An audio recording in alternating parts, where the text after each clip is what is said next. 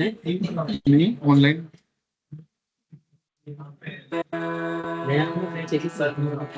प्रार्थना गुरुदेव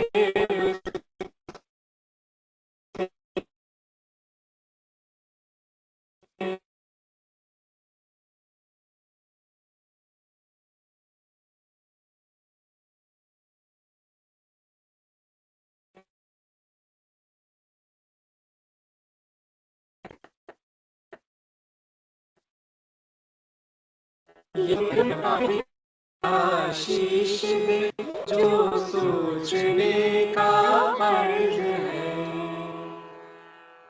हम हो पुजारी तत्व के गुरुदेव के आदेश के सच प्रेम के नित नेम के सत्कर्म के सत्कर्म के हो चीर झूठी राह की अन्याय की अभिमान की सेवा करन को दास की परवाह नहीं वो जान की। छोटे न हो हम बुद्धि से हो विश्वमय से ईश्वर हो राममय और कृष्णमय जगदेव में जगदीशमय। हर इंद्रियों पर ताब कर हम वीर हो अति वीर हो। उज्ज्वल रहे सर से सदा निज धर्म रत गंभीर हो। अति शुद्ध हो आचार से तन मन हमारा सर्वदा। आध्यात्म की शक्ति हमें पर भी नहीं कर दे जुदा। इस अमर आत्मा का हमें हर श्वास भरने दम रहे। गर मौत भी आ गई सुख दुख हमसे सम रहे।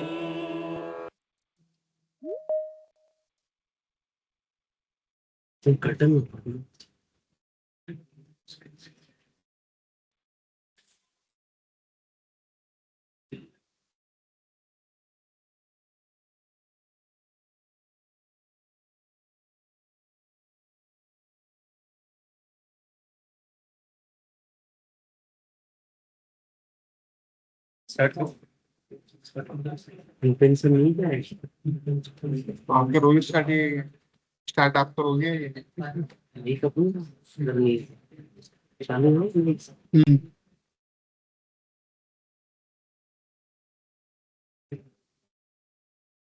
अरे पीछे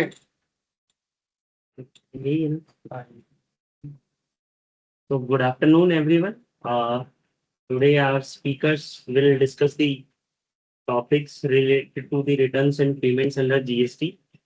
So let me brief certain things about this returns and payments under GST things.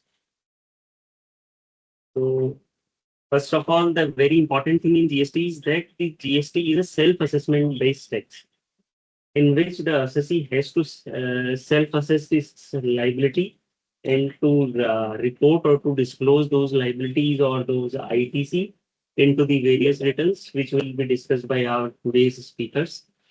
So in GST, the returns plays very important role, because in GST, although as compared to in the earlier regime, although in service tax regime you have to file the GST return online, but there was no requirement to report your transaction bill to bill wise or recipient wise, or no such things was there.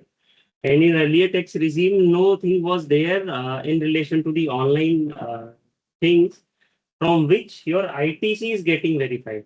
Your department is getting knowledge about from whom you are purchasing, and what things you are purchasing. So in GST, all things like ITC returns, your purchases, your sales are to be reported online on the various returns, and all things are easily accessible to the department. So on the basis of these returns only, in GST design, humongous amount of litigations have already been arised and already are arising. If you file your returns incorrectly, you have reported certain things in wrong ways in your different GST returns, then department may scrutinize, or you may get notices under different type of notices. Some type of notices will be discussed by our today's speakers also. Like if you have filed GSTR1 correctly, but you have not filed GSTR3 correctly, then you will get the notices.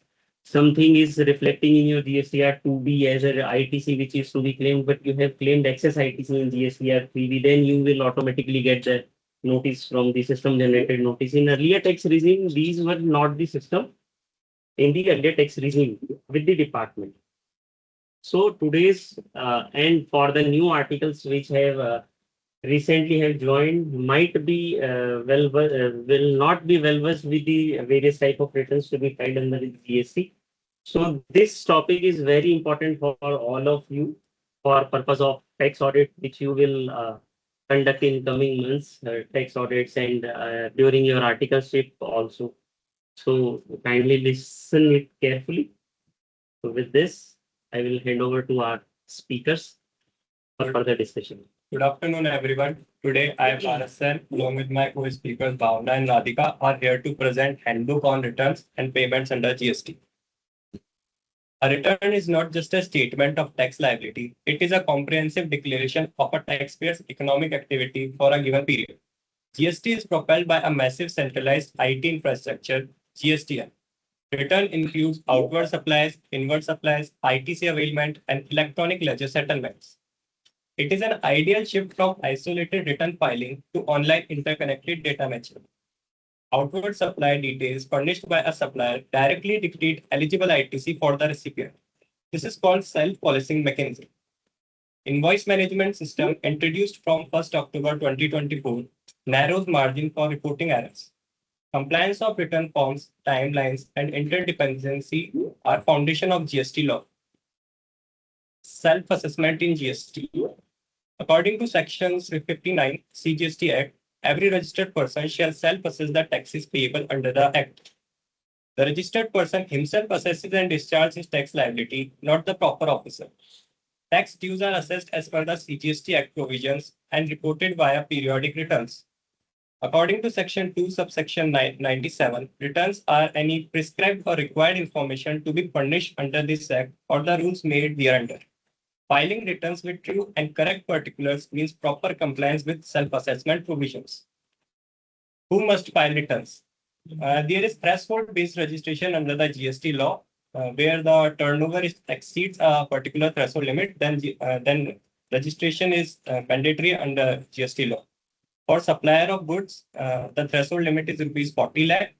For supplier of goods and services or services only, limit is rupees 20 lakh. For special category states like Manipur, Mizoram, Nagaland, and Tripura, this limit is rupees 10 lakh. Aggregate turnover is calculated on all India basis across all states under the same PAN. Following are the persons whose compulsory registration is necessary.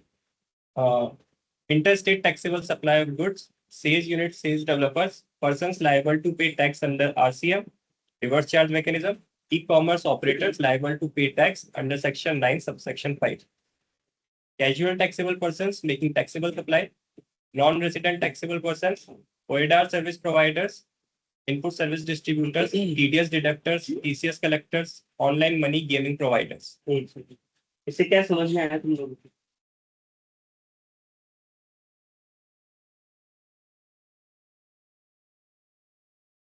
सुना है ना, क्या समझना है इससे? कुछ नहीं समझ में आया है?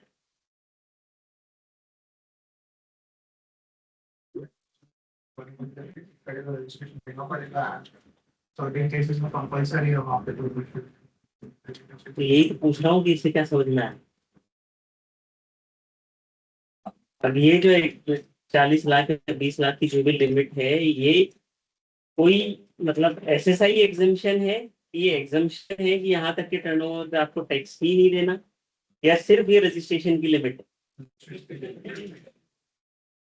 है? सर्विस टैक्स में हुआ करता था कि सर्विस टैक्स में एक रजिस्ट्रेशन का भी था और एक ऐसा ही एग्जम्पशन हुआ करती थी, क्योंकि सर्टेन अमाउंट ऑफ टर्नओवर तक आपको टैक्स देना ही नहीं है। रजिस्ट्रेशन तो दूर की बात है, वहां तक तो टैक्स ही नहीं देना।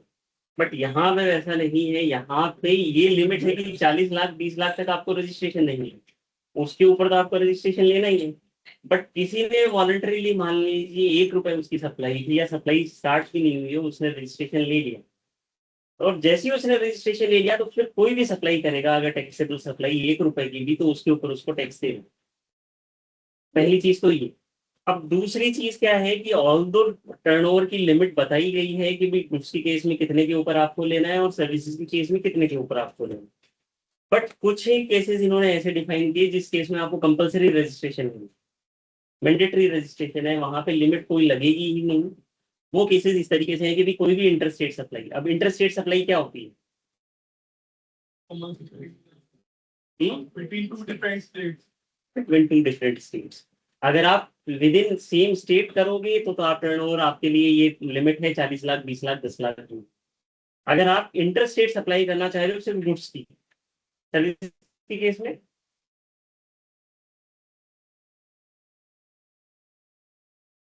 तो यहाँ पे तो सिर्फ inter state taxable supply of goods ही लिखा है ना कि भाई उस केस में mandatory registration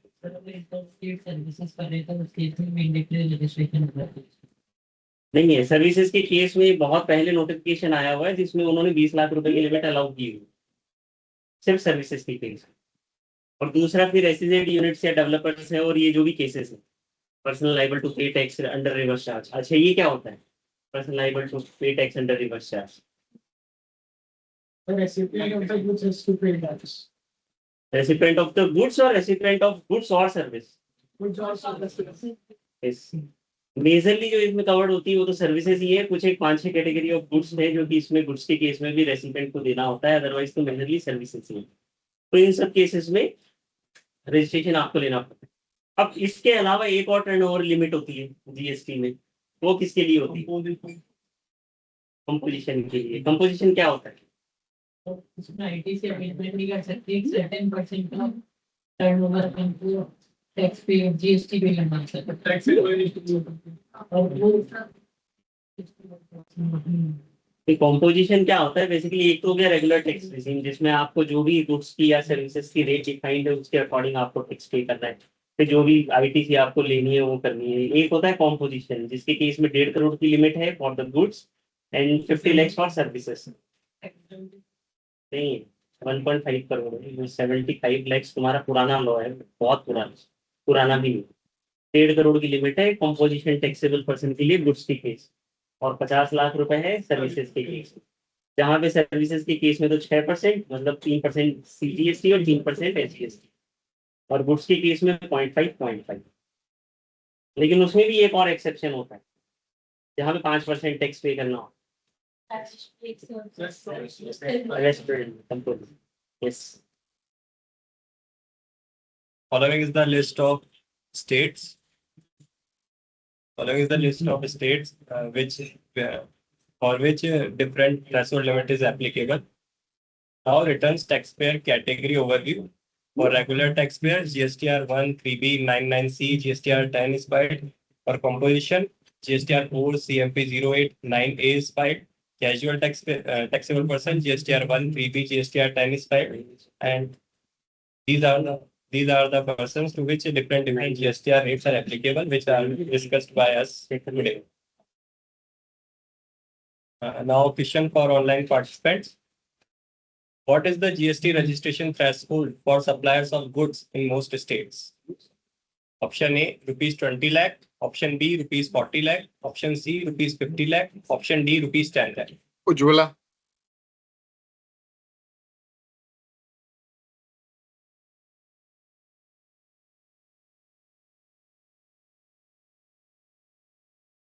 Ujjwala Jain.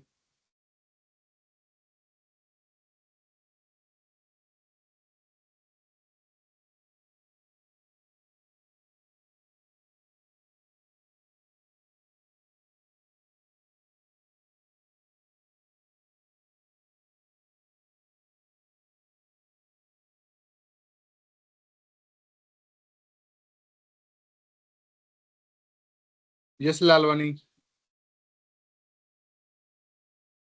Sir, 40 lakh. Yes, the right answer is 40 lakh.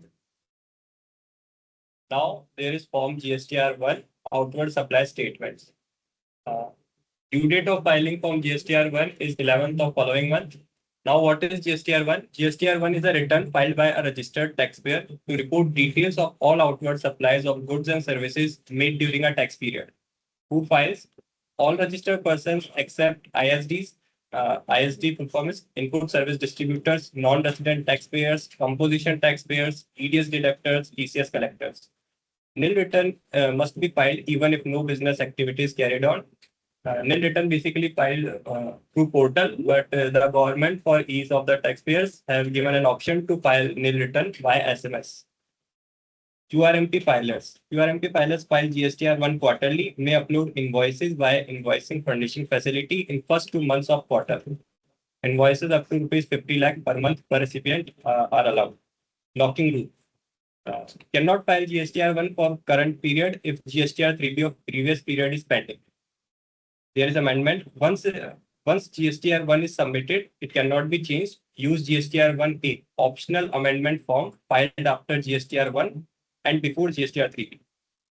Filing modes, direct online entry, free offline utility, and third-party ASP GSP software. The full form of ASP is Application Service Provider and GSP is GST Suvidha Provider. These are the software through which we can file GSTR1 return. GSTR1 जो है वो आज की तारीख में सबसे important है, क्योंकि इन जनरल जो सबसे ज्यादा काम आती है, जो भरी जाने वाली रिटर्न है, वो GSTR1 ही है।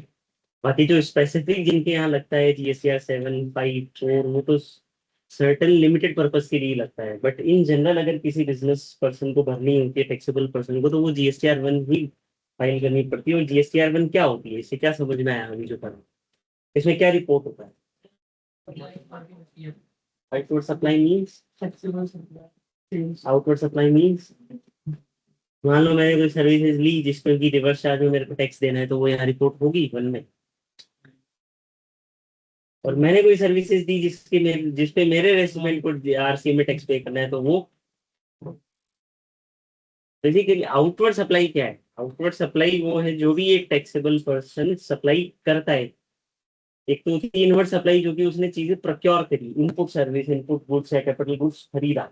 एक वो जो उसने सेल किया, सर्विसेज या गुड्स उसने सप्लाई की, दैट इज आउटवर्ड सप्लाई। और वही इसमें रिपोर्ट करनी होती है, चाहे वो एक्सपोर्ट रिलेटेड हो, चाहे डोमेस्टिक हो, चाहे SEZ सप्लाई हो आपने की हो, या एग्जेम्प्ट सप्लाई हो आपकी, या फिर ऐसी कोई सप्लाई हो जिसपे आपका रेसिपिएंट GST पे करेगा, वो सब इसी में रिपोर्ट होगा GSTR1 में। और इसी के बेसिस पे आपके रेसिपिएंट की GSTR2 भी क्रिएट होती है। वहां पे उसको दिखाई देता है कि भी आपके सप्लायर ने कौन कौन से इनवॉइसेस आपके GSTN पे रिपोर्ट किए, जिसके बेसिस पे कि फिर आपका रेसिपिएंट जो है वो इनपुट टैक्स क्रेडिट क्लेम कर पाता है। Now there is GSTR1 key tables at a glance. Table 4, 4A, 4B contains what to report: B2B taxable outward supplies to registered persons. Table 5 contains B2C interstate supplies to unregistered persons with invoice value more than ₹1 lakh. Table 6, ABC contains zero rated exports, sales supplies, deemed exports. Table 7 about B2C supplies, consolidated taxable supplies to unregistered persons. Table 8 about nil rated, exempted and non-GST outward supplies. Table 9, 9B, 9C about amendments to B2B exports, credit notes, debit notes of earlier periods. Table 10 about amendments to B2C entries of earlier tax periods. Table 11 about advances received, advances adjustments. Table 12 about HSN by summary, 4 digits if turnover is less than 5 crore. 6 digit is HSN code is required if turnover is equal to more than 5 crore. Table 13 about documents issued during the period, means serial numbers, cancellations. Table 14, 14A, 15 about e-commerce operator supplies, ECS under section 52 and eco tax liability under section 9 subsection 5. Basically इसमें सारी आपकी जो भी outward supply है उसका पूरा detail यहाँ पे आएगा। अगर कोई एडवांस भी मिला है आपको सप्लाई के, तो उसको भी यहाँ पे रिपोर्ट करोगे, और इसी के बेसिस पे ही आपकी GSTR क्रिएट होगी। जो लाइबिलिटी आपकी आएगी आउटवर्ड सप्लाई एक पर्टिकुलर टैक्स पीरियड के लिए, वो 3B भी इसी से ही बनेगी आपके ऊपर। अब इसमें ये जो टेबल्स आ रही है 9(9)(b), 9(c) अमेंडमेंट, तो अमेंडमेंट का क्या मतलब है यहाँ पे? पहले मैंने 100 रुपए का इनवॉइस क्रिएट किया, फिर बाद में मेरे को बता रहा कि एडिशनल लाइबिलिटी है, तो सर उसको अमेंड करके 112, तो कुछ इनवॉइस के अगेंस्ट में अमेंडमेंट आ गया जी। हमें उसमें ए वाले में सेक्शन में वो आ जाता है B2B। तो रिवाइज कर दो, अमेंड करने की क्या जरूरत है, रिटर्न रिवाइज कर दो। बट अपने पास ऑप्शन है अमेंडमेंट का, तो रिटर्न रिवाइज की भाई अगर पहली बार ऑप्शन होता है तो फिर रिवाइज कर देगा ना। सर, मेरे को 2 महीने बाद जाके पता लगा कि मेरी जुलाई तो की क्या हो गया, रिवीजन क्या कोई टाइम लिमिट जब फिर रिवीजन तो आप 1 साल बाद भी कर सकते। बट इम्पॉर्टेंट यहाँ पे ये है कि जीएसटी में रिटर्न रिवाइज होती नहीं है, कोई भी रिटर्न रिवाइज नहीं होती जीएसटी। इसीलिए किसी भी रिटर्न के अंदर अगर आपको पिछले महीने का या पिछले साल का कुछ करेक्ट करना है तो उसको अमेंडमेंट टेबल के थ्रू ही करना पड़ता है, इसीलिए अमेंडमेंट्स की टेबल है। अगर आप पहले देखोगे, पहले की डिजाइन में सर्विस टैक्स में या वैट में, तो वहां पे अमेंडमेंट्स का नहीं था, वहां तो रिवाइज ही कर दो आप रिटर्न। जीएसटी में कोई भी रिटर्न रिवाइज नहीं है, इसलिए यहाँ पे अमेंडमेंट्स की वो है कि भाई आपने पिछले महीने में कोई गलती रह गई या पिछले साल जब तक अलाउड है आपको, उस दौरान आपको पता चल गया तो उसका करेक्शन आप कर लो। तो HSN code requirements in GSTR1. HSN code, full form is Harmonized System of Nomenclature Code, is a standardized numerical code used to classify goods for GST and international trade purposes. Current HSN requirement with effect from 1st April 2021. If the aggregate turnover is less than 5 crore, as I explained earlier, HSN digits code is required is 4 digit. 4-digit HSN code is required to be mentioned. This is optional for B2C supplier. If the aggregate turnover is more than 5 crore, then 6-digit HSN is to be mentioned. E-way bill GST portal interconnection. E-way bill required for interstate goods movement with consignment value more than 50,000. Import EWV data. क्या होता है e-way bill, होता क्या है?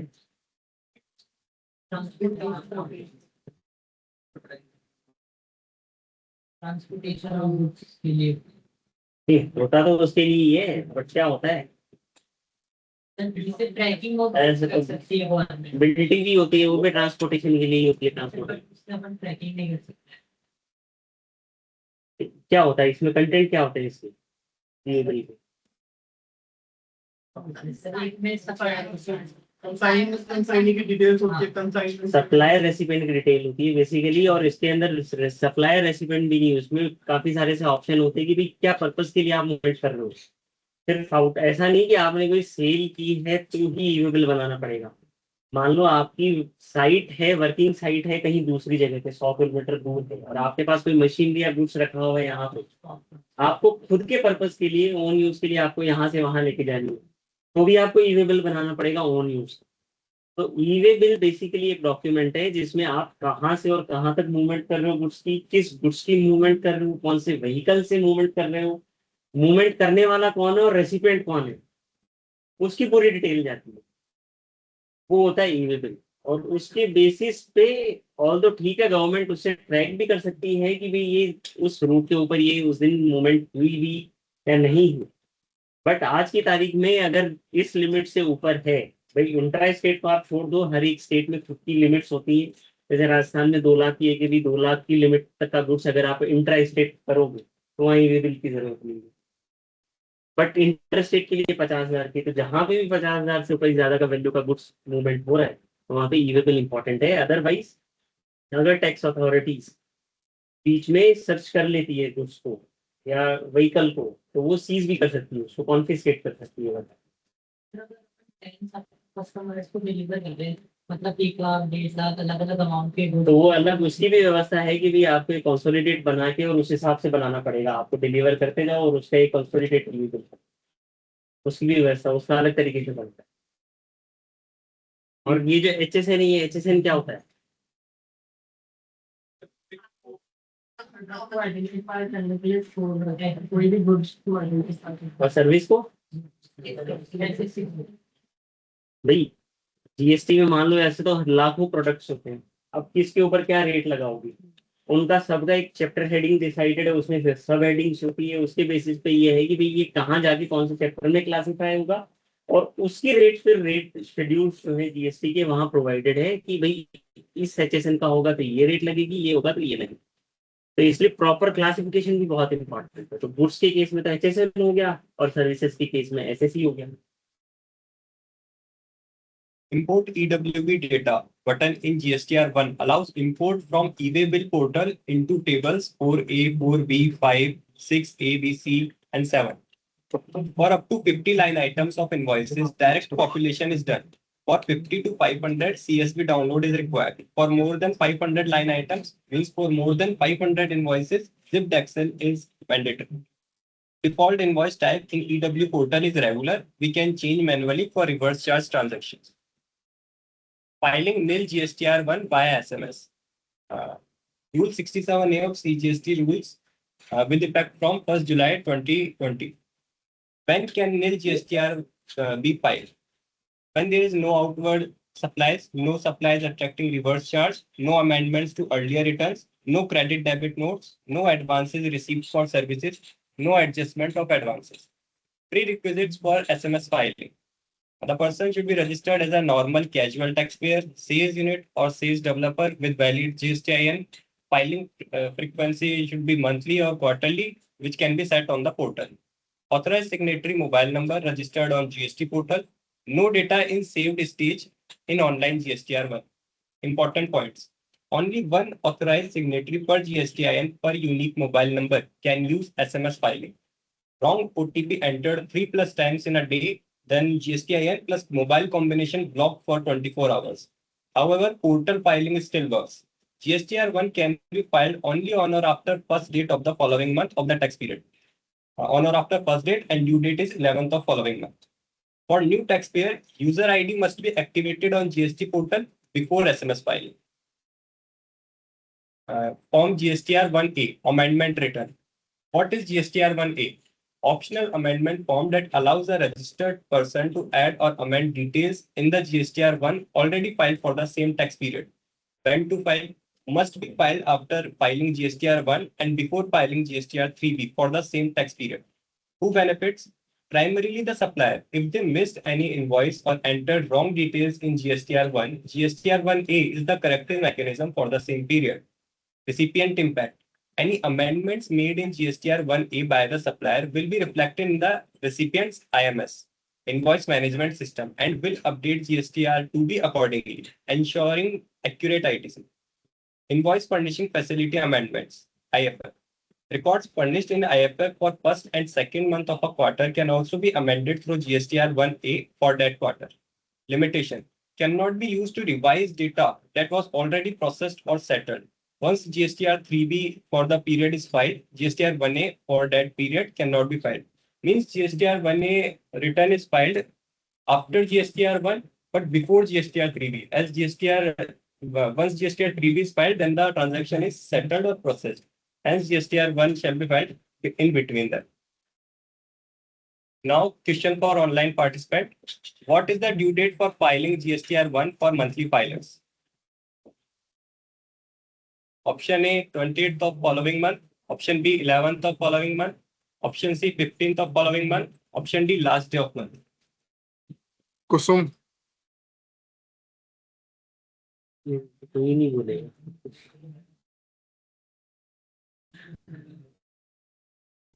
कुसुम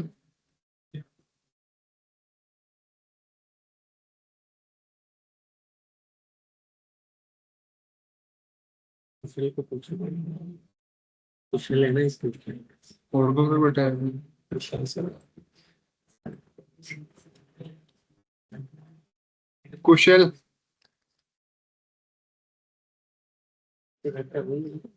कुशल तुम्हारे पास जो करता है कुशल कोई नहीं है।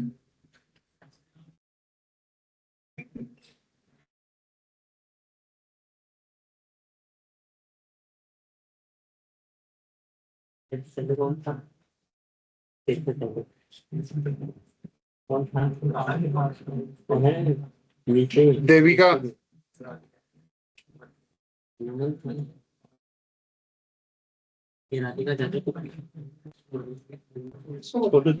Option B, 11th of the following month. Yes, right answer. Now, GSTR 2B and invoice management system. 2B is auto-drafted ITC statement for recipient based on GSTR 1 filed by supplier, generated on 14th of following month. Form GSTR 2B. It is a static monthly ITC statement, unlike GSTR 2A, which is dynamic. So the main focus of both GSTR 2B and 2A is it is a statement, ITC statement, but 2A is a dynamic. It changes on minute to minute basis, but GSTR 2B is a monthly statement. 2B is generated based on GSTR 1, GSTR 1A, GSTR 5, GSTR 6 filed by suppliers. It shows document-wise ITC eligibility and prevents double claiming. Includes import details from IceGate, unlike GSTR 2A, generated on 14th of following month, as we already discussed. We can access it by opening the GST portal, clicking on return dashboard, selecting period, and then we can download GSTR 2B of a specific month. IMS. ये ITC claim करने के लिए सबसे important वो है return ये GSTR 2B statement है। कैसे जनरेट होता है GSTR 2B? किसके बेसिस पे? हैं?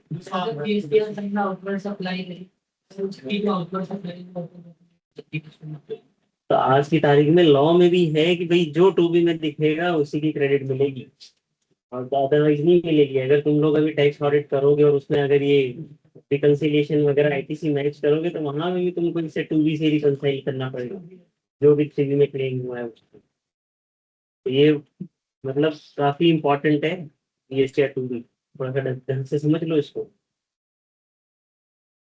IMS, Invoice Management System, introduced from October 2024 GSTR 2B period. Definition. It is a GST portal facility that enables recipients to accept, reject, or keep pending invoices, debit notes uploaded by suppliers for accurate ITC availment. If accepted, it will be part of GSTR 2B, ITC close to GSTR 3B. If rejected, it does not become part of GSTR 2B generation. If pending, not become a part of 2B for that month, but can be carried forward. For monthly filers, 1 month is the max time. For quarterly filers, 1 quarter is the max time. ये facility सिर्फ उस पे है GST portal पे है, although law में इसका कोई मैंडेट नहीं है IMS का। ये IMS आपको करना ही करना है। इनवॉइस मैनेजमेंट सिस्टम का जो ये एक्सेप्ट रिजेक्ट पेंडिंग का जो भी है ये GST इन ऑल्दो फैसिलिटी प्रोवाइड करवाता है जो कि आप कर सकते हो, but it is not mandatory as of now. Regular taxpayers returns at a glance. Form GSTR 1 due date is 11th of following month. GSTR 1A is optional, can be filed after GSTR 1, before GSTR 3B. GSTR 3B is filed, due date is 20th of following month. GSTR 9(9)C, 31st December of following financial year. GSTR 10 is 3 months from cancellation or order date, whichever is later. Keynotes. GSTR 1 and GSTR 3B cannot be filed after 3 years from due date of relevant tax period. GSTR 9(9)C exempted for taxpayers with aggregate turnover equal to less than 2 crore. Consequences of non-filing, late filing. Defaulter notice. It is a system-generated notice which will be 3B के बाद आएगा. System-generated notice will be sent in form GSTR 3A to file return within 15 days. This notice forms a basis for best judgment assessment by proper officer. Cancellation of registration. Composition taxpayer who defaults 3+ months or regular taxpayers having default of 6 consecutive months, then the proper officer may cancel registration. Late filing fee. For nil return, ₹10 per day. Max limit is ₹500. For GSTR 1 and 3B, ₹25 per day. Annual return, ₹100 per day. Under CGST, SGST each. Max limit is 0.25% of state turnover. Interest 18% per annum on unpaid tax. Computed net of minimum ECL balance during the e-way bill blocking. Part A of Form GST EWB 01. ये तो बताता है electronic cash laser. Electronic cash ledger. What is electronic cash ledger?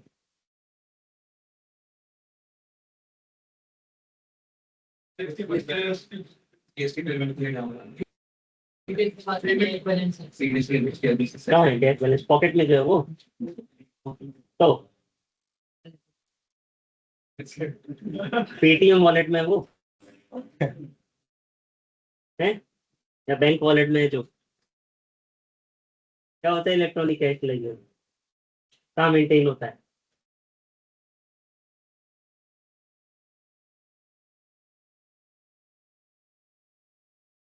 Sir भैया explain कर। मैं तो करूंगा ही, speaker तू है ना। So it is the balance maintained on GST portal, having cash limit on this and cash balance contained. तो देखो क्या है, 3 लेजर्स मेंटेन होते हैं जीएसटी के ऊपर: electronic cash ledger, electronic credit ledger और electronic liability ledger. Cash ledger क्या होता है? जो भी पैसा आप जमा करवाओगे जीएसटी पोर्टल पे वो चालान के थ्रू जमा होगा, और वो जमा सबसे पहले आपके कैश लेजर में होगा, जिसकी हेड में आप जमा करवाओगे आईजीएसटी, सीजीएसटी, एससीएसटी, सब हेड्स, टैक्स, इंटरेस्ट, पेनल्टी, फी और अदर्स। तो वो जाके सबसे पहले आपका एक तरीके से जैसे वॉलेट होता है ना आपका, पेटीएम, फोन पे वॉलेट, वहां जाके वो पैसा रखा रहेगा। आप उसको यूज कर सकते हो किसी भी लाइबिलिटी को पे करने के फ्यूचर, या जीएसटी और सीडी की लाइबिलिटी जो भी है, या फिर और कोई लाइबिलिटी जो आपने एसेस की है जो आपको भरनी है, उसके लिए आप यूज कर सकते हो। ये तो होता है इलेक्ट्रॉनिक कैश लेजर। सिमिलरली एक होता है इलेक्ट्रॉनिक क्रेडिट लेजर। जो भी आप आईटीसी, जीएसटीआर 3 के थ्रू क्लेम करते हो या जीएसटीआर 6 के थ्रू क्लेम करते हो, वो आपके जाके क्रेडिट होती है उस इलेक्ट्रॉनिक क्रेडिट लेजर में। वो भी एक वॉलेट होता है, वो भी उसमें क्रेडिट आपकी रखी रहेगी यूजेबल। अगर वो एलिजिबल होगी तो आप उसको रिटर्न की लाइबिलिटी जहां पे भी एलिजिबल है उसको सेट ऑफ कर सकते हो आप आउटवर्ड सप्लाई के लाइबिलिटी के अगेंस्ट। फिर होता है इलेक्ट्रॉनिक लाइबिलिटी रजिस्टर, जिसमें आपकी लाइबिलिटी सारी की सारी जाती है, वो जीएसटी से रिलेटेड हो, चाहे असेसमेंट, स्क्रूटनी या फिर ऑर्डर डिमांड की से रिलेटेड, वो उसमें दिखाई देगी। तो यहाँ पे जो इलेक्ट्रॉनिक कैश लेजर की बात हो रही है, ये हो रहा है कि भाई जहाँ पे इंटरेस्ट पे करना होता है आपको, डिलेट फाइलिंग ऑफ जीएसटी, वहां पे ईसीएल में, मतलब जो क्रेडिट लेजर में बैलेंस था उतना छोड़ दो, उसके अलावा जितना आपको कैश में पे करना है उसमें भी अमेंडमेंट आ गई कि भाई जितना आपके पास पहले से ईसीएल में रखा हुआ था उसको भी छोड़ दो, बचा हुआ जो आपने एडिशनल कैश पे किया है उसके ऊपर सिर्फ आपको डिले का इंटरेस्ट पे करना है 18% per annum. E-way bill blocking. Part A of Form GST EWB 01 block if composition taxpayer defaults GST CMP 08 for 2 quarters. Others fail GSTR 1 and GSTR 3B for 2 consecutive tax periods. Framework for filing regular returns. Step 1, file GSTR 1 invoice furnishing facility. Supplier enters outward supply details invoice wise. Then invoices appear in recipient's invoice management system, which is step 2. The recipient takes action whether to accept, reject, or keep pending the invoice. GSTR 2B is generated accordingly. File GSTR 3B summary return, tax paid by electronic credit plus cash ledger. The key caveat: only supplier paid taxes reflected in GSTR 1 are available as ITC to recipient. GSTN now shows percentage of liability paid in GSTR 3B versus GSTR 1. Now, question for online participants. GSTR 2B is generated on which date of the following month? Option A 11th date, option B 20, option C 14, option D 1st. Omit.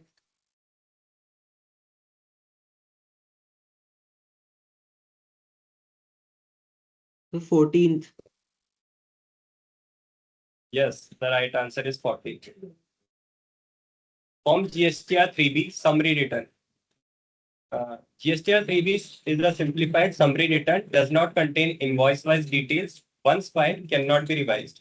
Every registered person is liable to file GSTR 1 monthly on 20th of the following month. QRMP quarterly filers have different dates according to the category A states and category B states. We will discuss this further in upcoming slides. 22nd and 24th date is respectively there. Auto population. Outward liabilities auto populated from GST 1, 1A, IFF.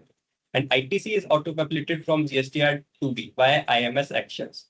Nil written via SMS allowed under Rule 67A if no outward supply, no RCM, no ITC, no pending liabilities there.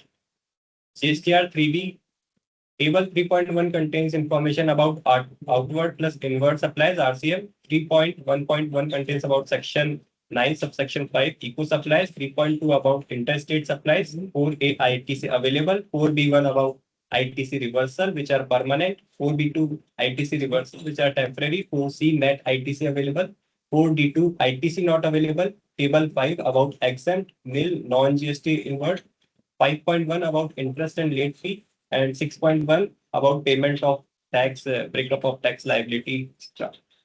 एक सरल शब्दों में समझाए इसको previous क्या होता है हैं? जल्दी जल्दी करूँ, बहुत ज्यादा टाइम लगेगा। ये वो होना पहले मुझे समझ में है। फिर करके मतलब क्या है समझो तो जी। ITC reporting in GSTR 3B.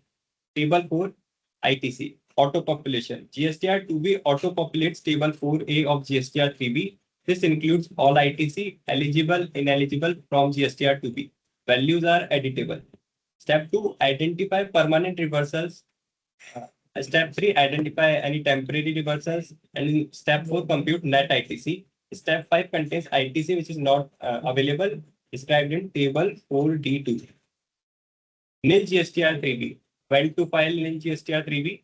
When there is no outward supplies, no reverse charge liability, no input tax credit to claim, no liability for interest late fee from previous periods, all previous GSTR 3B returns already filed, no data in saved stage in online GSTR 3B. Filing modes are direct online entry, pre-Excel offline utility, and GSP third-party software. Jan 2026 enhancement in GSTR 3B, auto computation of interest plus tax liability breakup. Enhanced interest computation. Interest auto computed using revised formula, which is given under this slide. Interest in table 5.1 is non-editable downward. Minimum interest is payable. Taxpayer must self-assess and increase if actual liability is higher. Auto-populated tax liability breakup captures previous period supplies reported in current GSTR 1, 1A, and IFL. Values based on document dates of invoice ensures proper interest computation under section 50. Values are suggestive. Taxpayer may increase, decrease system values. Access GSTR 3V dashboard, table 6.1, payment of tax, tax liability breakup. Other key GST returns, which will be further described by Bhavna and Radhika, and their due date. 3B में क्या समझ में आया क्या होती है पूछ तो सही What is GSTR 3B? Anyone? तू तो रट के पीपीटी पढ़ के निकल लिया क्या होती है 3B किसको क्या समझ में आया 3B is a summarized return in which we compute the net tax liability, output liability minus input ITC claim, and the net liability will be paid by us. This is GSTR 3B. तो फिर अभी तू कर देगा किसी की भी करनी हो तो है कंप्यूट कर देगा भरनी हो किसी की तो मेन तो यही होता है चलो भाई बढ़ो आगे बढ़ो QRMP scheme, quarterly return, monthly payment of tax. The QRMP scheme is a facility under GST that allows eligible taxpayers to file GSTR 1, GSTR 3B quarterly instead of monthly. Pay GST tax every month. Eligibility and key features. Turnover in preceding financial year is up to rupees 5 crore. This is effective from 1st Jan 2021. Option is GST invoice, not entity wise. Invoice furnishing facility is option for first 2 months of quarter. Upload invoice up to rupees 50 lakh per month to B2B recipients. GSTR 3B due date is different for category A, category B states as we discussed earlier. Monthly tax payment options. Option was fixed sum method. 35% of cash tax paid in preceding quarter shall be paid if quarterly filer. 100% of cash tax paid in last month of preceding quarter have to be paid if monthly filer. No interest if actual liability is more than fixed sum, provided full tax settled in quarterly GSTR 3B. Option 2 is self-assessment method. Pay actual tax liability considering all inward, outward supplies and available ITC. Payment via form GST PMT 06 by 25th of following month. Interest applicable under section 50 if delayed. Now there is an example for payment under QRMP scheme. Cash tax paid in October-December quarter is rupees 50. So 35% of 100 rupees is rupees 35. Fix in fixed sum method, pay rupees 35 each on 25 February and 25 March for Jan and Feb month. If later we came to know that actual liability in Jan month is 40, Feb month is 42, then there is a shortfall of rupees 5 in Jan month and rupees 7 in February. So there is no interest payable on such a shortfall, provided that full quarterly liability is cleared in GSTR 3B by due date. If full quarterly liability is not cleared in GSTR 3B by due date, then interest will be applicable under section 50. So there is a list of QRMP category A and B states. Category A state, 22nd is the due date for GSTR 3B. For category B, 24th due date of quarter. Invoice furnishing facility. What is IFF? Optional facility for QRMP filers to report B2B invoices, tax invoices, debit note, credit note, plus export transaction for first, second month of the quarter. Cumulative value up to rupees 50 lakh per month per registered recipient. Details uploaded in IFF are auto-populated in GSTR1 for the quarter. No need to re-enter it again in GSTR1.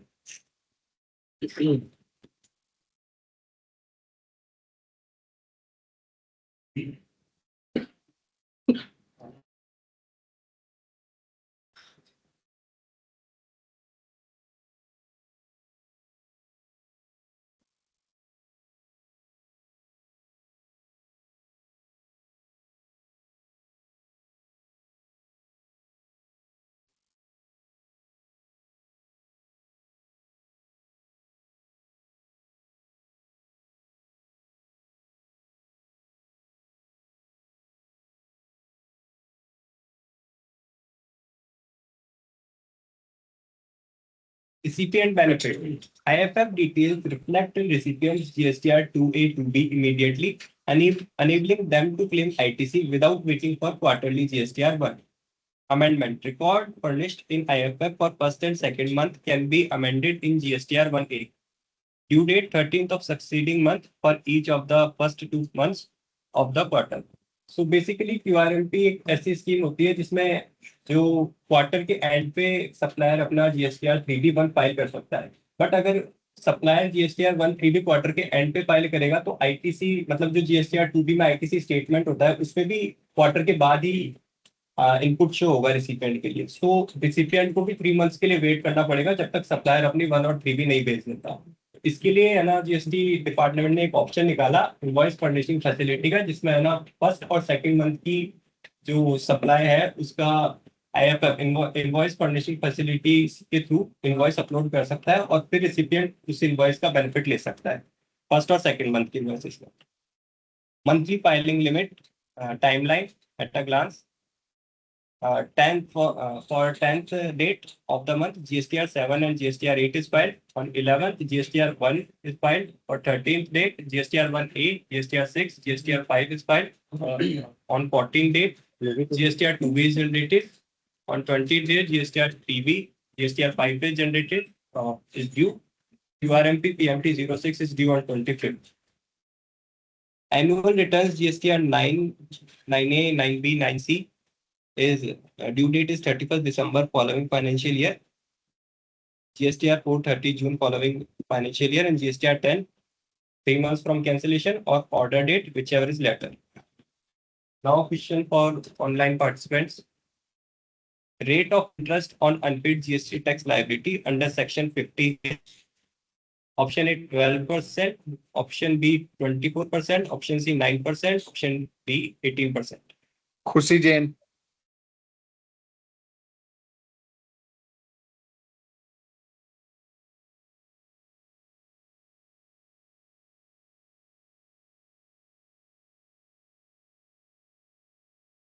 Khushi Jain.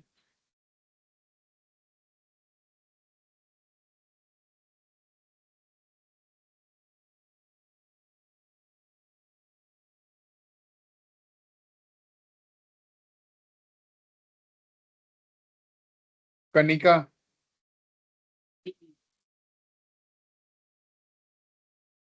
The answer is D. Yes, right. Now composition taxpayer returns. Simple hassle-free scheme for small taxpayers under Section 10. Eligibility aggregate turnover in preceding financial year is up to rupees 1.5 crore. Composition tax rates are different for manufacturer, restaurant services, other goods supplier, service providers having turnover up to rupees 50 lakh. Returns and due dates. GST CMP 08 quarterly payment statement 18th of month after quarter. GSTR 4 is annual return 30th June after financial year end from financial year 24-25. Special category taxpayers, casual taxable person who occasionally supply in a state with no fixed place of business. Registration apply 5 days prior before any supply, valid till 90 days, extendable to further 90 days. Advance deposit of estimated tax liability mandatory. Returns are GSTR 1 on 11th date, GSTR 3B on 20th, and GSTR 10 on cancellation. Non-resident taxable person, non-resident person occasionally supply no fixed place of business in India. In casual taxable person, occasionally supplies in different state, but on non-resident taxable person, it occasionally supply in India, having no fixed place of business in India. Non-resident taxable person applying form GST REG 09, no PAN required, have to file return GSTR 5. Due date is 13th of following month or 7 days after expiry of registration, whichever is earlier. Thank you.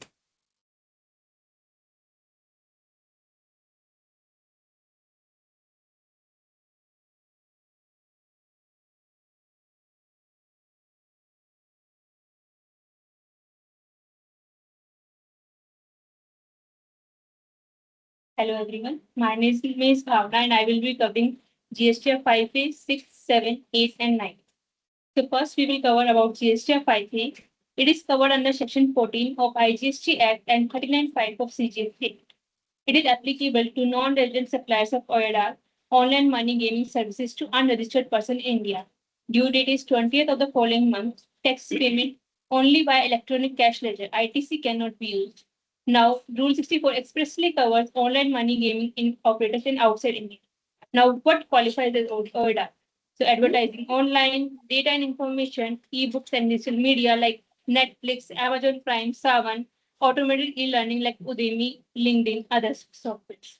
Now, there are 3 conditions for GSTR 5A.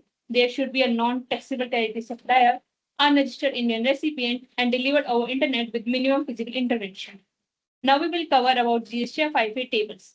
Table 5 contains taxable outward supplies to non-taxable online recipients. Table 5A contains amendments to Table 5 entries. Table 5B and 5C contains supplier to registered person under RCM and their amendments. Table 5D and 5E contains online money gaming supplies and subsequent amendments. Table 6 contains interest or other amounts, and Table 7 contains system summary of tax, interest, other payable and paid. Ensure invoice level accuracy. Amendment to prior period must be routed through specified amendment tables to avoid any reconciliation errors. Now there are some special points for GSTR 5A. Nil return is mandatory even if there is no transaction. Disclose interest penalty state-wise as per POS rules. Liability payable via cash only. Table 7 is not editable. Auto-populated for tables 5, 5D, 5E, and 6. Prior period corrections must use amendment tables 5A, 5C, and 5B. Portal blocks current period filing if prior period is pending. Now there is a question for online participants. Who is required to file GSTR 5A? Option A, regular taxpayer. Option B, non-resident taxable person. Option C, OIDA service provider to unregistered person in India. And option D is e-commerce operator. Yashasvi.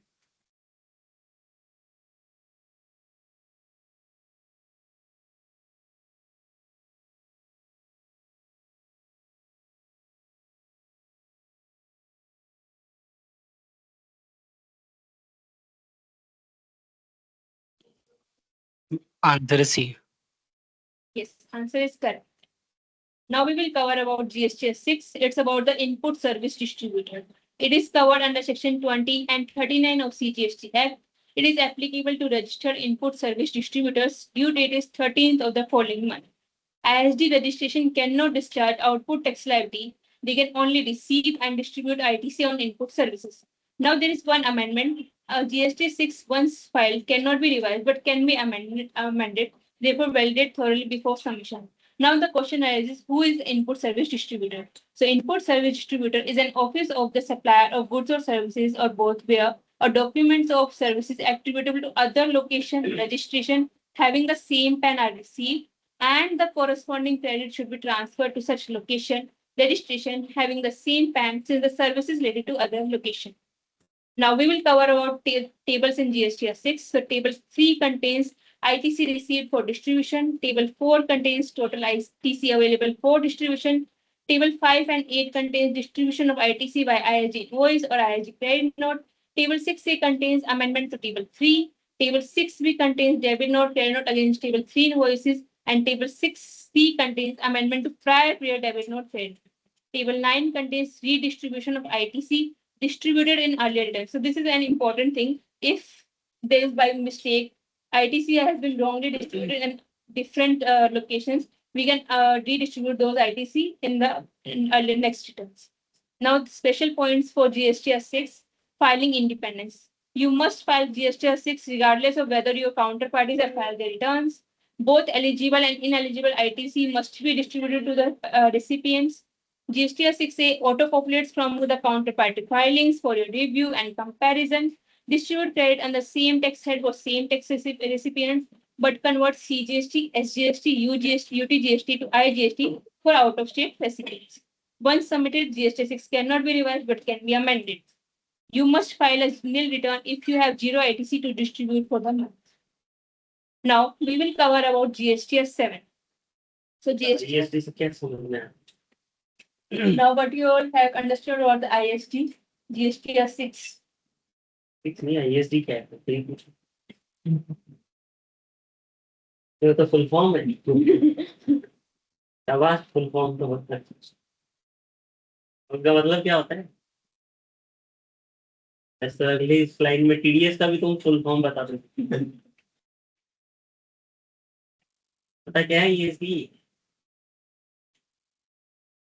पढ़ लिया ना तुम लोगों ने अभी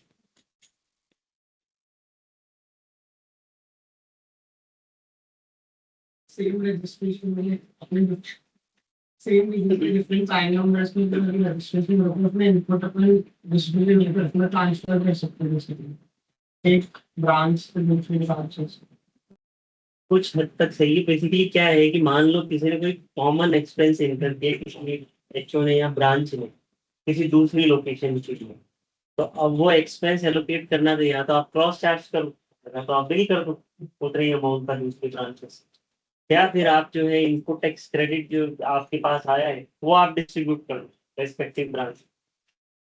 तो उसका जो मैकेनिज्म होता है वो होता है इनपुट सर्विस डिस्ट्रीब्यूशन। अब पहली चीज इसमें इंपॉर्टेंट है कि क्या इसमें गुड्स का भी डिस्ट्रीब्यूशन हो सकता है। सबसे इंपॉर्टेंट तो ये है कि भाई इसमें से सर्विसेज की जो आईटीसी आपने ली है inward supply related to services होंगी उसी का आईटीसी आप डिस्ट्रीब्यूट कर सकते हो। अब मान लो आपने किसी दूसरे स्टेट में कोई रेंट ऑफिस ले लिया रेंट पे, लेकिन वहां पे आपकी कोई और बिजनेस एक्टिविटी नहीं है, तो वहां पे क्या होगा, सामने वाला सप्लायर जो है अगर उसी स्टेट का है तो उस स्टेट का सीजीएसटी और एसजीएसटी चार्ज करेगा। आप बैठे हो किसी दूसरे स्टेट में तो वो तो पूरा लॉस है आपको। तो वहां पे ऑप्शन हो सकता है कि वहां पे आप आईजीएसटी का रजिस्ट्रेशन ले लो और वहां पे जो आईटीसी आपको मिली है उसको आप एज आईजीएसटी आपके रजिस्ट्रेशन पे डिस्ट्रीब्यूट करें। तो होता है इनपुट सर्विस डिस्ट्रीब्यूटर। और उसके लिए जो डिस्ट्रीब्यूशन का मैकेनिज्म जो दिया हुआ है कि आप डिस्ट्रीब्यूट करोगे कैसे, एक तो आप आईएसडी का इनवॉइस बनाओगे, दूसरा उस इनवॉइस पर रिपोर्ट किस में करोगे, वो करोगे जीएसटीआर 6, इसके थ्रू रिपोर्ट होगी, वो आपको डिस्ट्रीब्यूट करेगा और जिसको डिस्ट्रीब्यूट करेगा उसके क्रेडिट लेजर में वो क्रेडिट शो होगा। जैसे दिल्ली में कोई अपना गेस्ट हाउस ले रखा करता है पर जो एंटिटी है वो राजस्थान की है, पर उस केस में सी और एस दिल्ली का लगेगा। बट यहाँ पे जैसे इसी में ये टैक्स हेड्स का जो है कि भाई अगर सेम स्टेट में दोनों ब्रांच या जो भी डिस्ट्रीब्यूटर और जिसको डिस्ट्रीब्यूट किया जाता है वो सेम स्टेट में है तब तो आप सी और एस से डिस्ट्रीब्यूट करो। अगर स्टेट चेंज हो गया तो अगर सी और एस का भी है तो भी आप आईजीएस से डिस्ट्रीब्यूट करो, तो कन्वर्ट हो गया ना। और आईजीएसटी होती तो आपको मिल जाएगी और सेम स्टेट है तो सी और एस मिल भी जाए। Now we will cover about GSTR 7 tax deducted at source. It is covered under section 51 and 39 of CGST Act. Its due date is 10th of the following month. TDS threshold is if contract value exceeds 2.5 lakhs, then we have to deduct TDS. TDS rates are intra-GST 1%, CGST 1%, SGST, and 2% IGST. Nil return is not mandatory if no tax is deducted. Exception: no TDS if supplier location and POS are in different state. Unit tariff. है ना TDS return भी mandatory है. Guidance. Different state uniform the recipient registration. Now we will see about which entities are required to deduct TDS. Department and establishment of state, central and state government, local authorities and government agencies, authorities, bodies with more than 51% of government participation, societies registered under Society Registration Act, and public sector undertakings. So GSTR 7 is GST invoice. Each registration file separate. ये जो second table है इससे क्या समझ में आया कौन deduct करेगा TDS? जैसे इनकम टैक्स में होता है वैसे सबको ही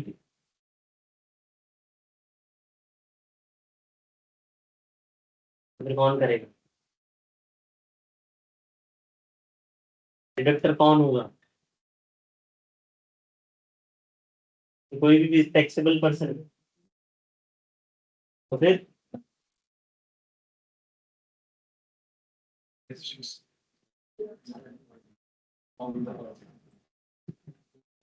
बेसिकली यही सिर्फ ये जो 4-5 लोग है मेजरली गवर्नमेंट एंड जो सरकारी डिपार्टमेंट है सरकारी PSU है वही लोग करेंगे ताकि हर कोई.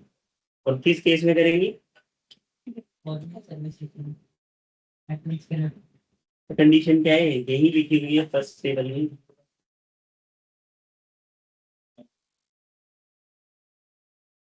कॉन्ट्रैक्ट वैल्यू 2.5 लाख से एक्सीड होती है तो हमें TDS डिडक्ट करना. मान लो कॉन्ट्रैक्ट तो है मेरा 3 लाख रुपए का बट मैंने इस साल सप्लाई खाली 10 रुपए की करी है फिर टैक्सेबल सप्लाई के कॉन्ट्रैक्ट तो हो गया गवर्नमेंट से 3 लाख रुपए करने का सप्लाई करने का बट मैंने इस साल उसको खाली 100 चलो 10 रुपए से बढ़ा के 100 कर 100 रुपए की ही बिलिंग करी है गवर्नमेंट को फिर TDS कटेगा नहीं कटेगा? रीजन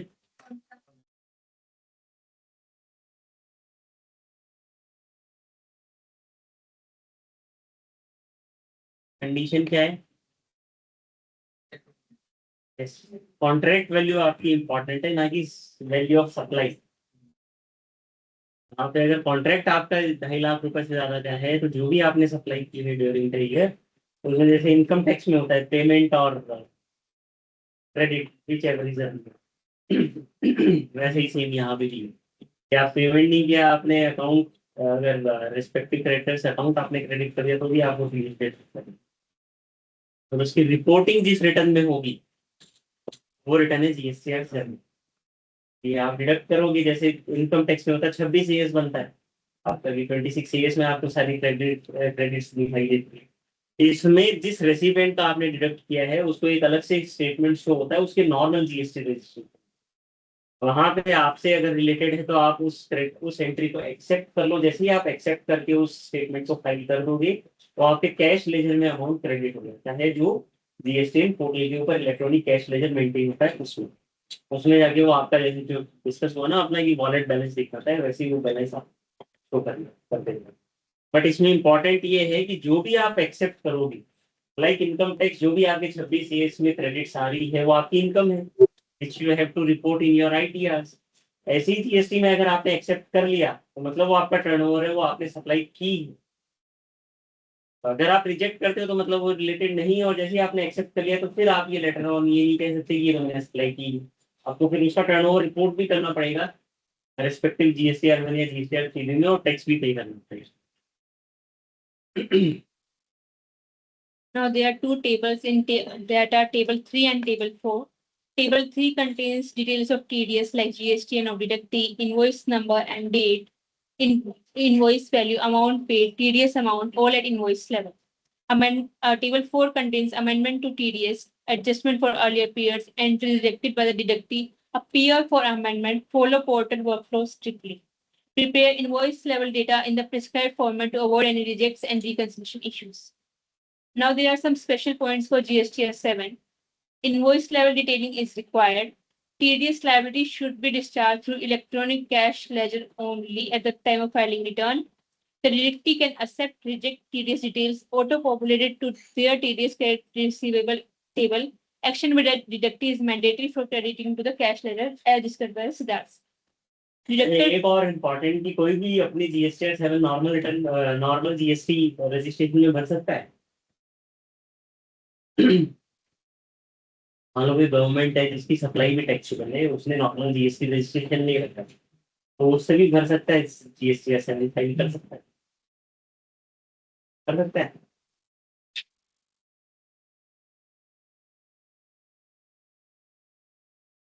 जीएसटी का टीडीएस के केस में GST deductor as a GST deductor अलग रजिस्ट्रेशन देना पड़ता है पूरा। उसमें सिर्फ एक्टिविटी यही होती है कि जीएसटीआर 7 फाइल करो और उसका टैक्स जो है, क्योंकि आप टीडीएस पर्पस के लिए आपके पास इनपुट क्या होगा, कुछ नहीं होगा, आपको कैश लेजर से ही हमेशा पे करना पड़ेगा। और पे क्या करना है, बेसिकली आपको जो सामने वाले को देना था उसमें से आपने काटा ही तो है, तो वही तो आपको जमा कराना है, लाइक इनकम टैक्स हो वो चीज। और इसमें रेट क्या होती है, टीडीएस डिडक्शन इनकम टैक्स के जैसे हर एक सर्विसेज के बेसिस पे होती है। चलो इनकम टैक्स में तो मोटा मोटी जो टीडीएस करता है वो सर्विसेज पे करता है ना जनरली, तो इसमें इसमें क्या होता है 1% मतलब, और सिर्फ सर्विसेज पे डिडक्ट होगा या गुड्स पे भी? कुछ भी हो, मतलब सप्लाई से चलेगा ये, गुड्स हो चाहे सर्विस हो, उसके बेसिस पे। और standard 2%। Deductor cannot amend if deductee has already accepted the original entry. If deductee rejects, deductor must amend in the next period in form GSTR 7. This process repeats until the final TDS is accepted. Now there is quick question for online participants. Your client calls at 5 p.m. and says, today is the last day of filing my GST return. Which return is most likely due today? Option A, GSTR 5A. Option B, GSTR 7. Option C, GSTR 6, and option D, GSTR 8. यहाँ वाले बताइए थे offline, offline से offline में कोई भी बताओ। आप बताओ, इससे पूछें। लास्ट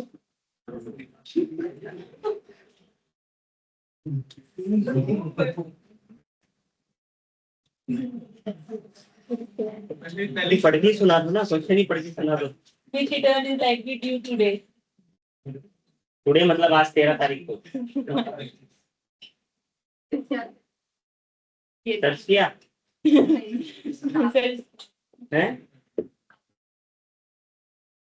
नहीं, सर्च भी तो मेरे सामने कर सकते हैं। Now we will cover about GSTR 8, statement for tax collection at source.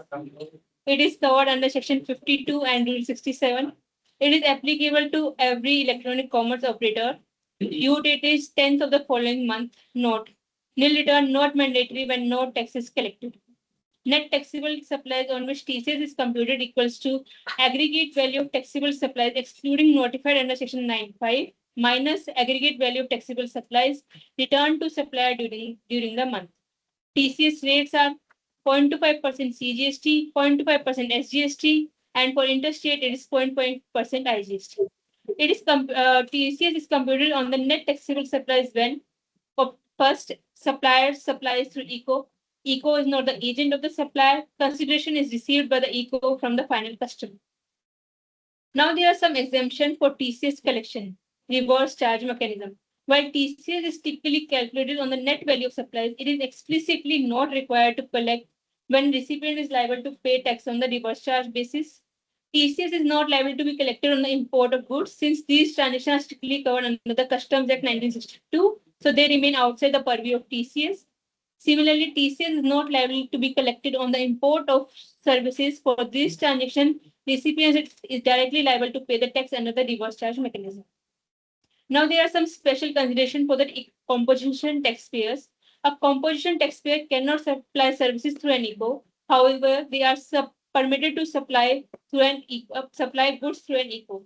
Therefore, TCS by the ECO is to be collected only in respect of the supplies of good made by the composition supplier. Before ECO has to handle the supplies of composition textiles very specifically because they have to restrict interstate supply. ECO must implement system checks and validation strictly to prevent composition suppliers from making an interstate outward supplies. ECO is mandated to collect TCS under Section 52 and pay to the government. ECO must electronically furnish detailed records of all the supplies of goods made by composition dealers through their platform using GSTR 8 statement.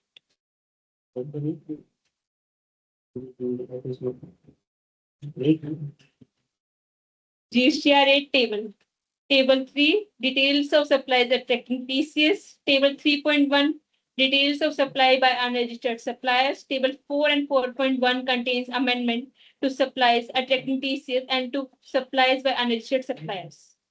There are some special points for GSTR 8 TCS rate validation. GSTR 8 cannot be filed after 3 years from the due date unless specifically allowed by notification. Against every supplier GSTN, consolidated entry is needed. No invoice level detail required for older periods. Supplier must accept, reject TCS entries auto-populated. ECO cannot amend if supplier has accepted. If supplier rejects, ECO must amend in the next period. Cycle repeats until accepted. Same like TDS provision. ECO in this TCS, supplier has to accept the TCS that is shown in their portal. Refund from electronic cash ledger can be claimed only when the entire TCS liability for that tax period has been discharged. Now there is question for online participants. What is the current revised TCS rate that e-commerce operator must deduct under GST? Option A 1%, option B 2.5%, option C 0.5%, and option D 0.1%.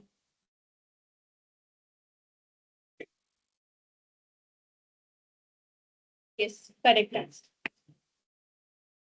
Now we will cover about GSTR 9.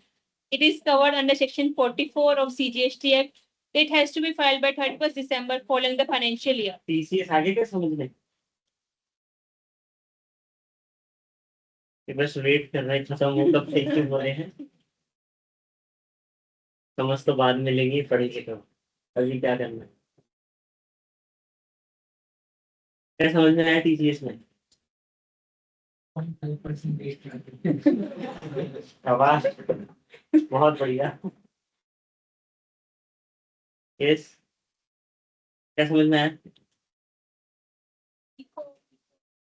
Eco कौन eco e-commerce operator उसके अंदर वो Maruti Suzuki eco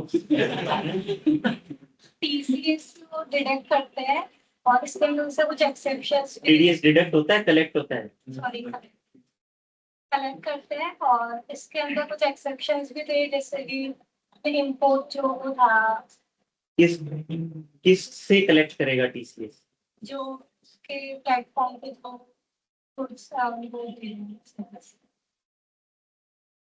उनका बोलो तो बढ़ो आगे बढ़ो So GSTR 9, aggregate turnover if up to rupees 2 crore PAN miles, then no need to file GSTR 9.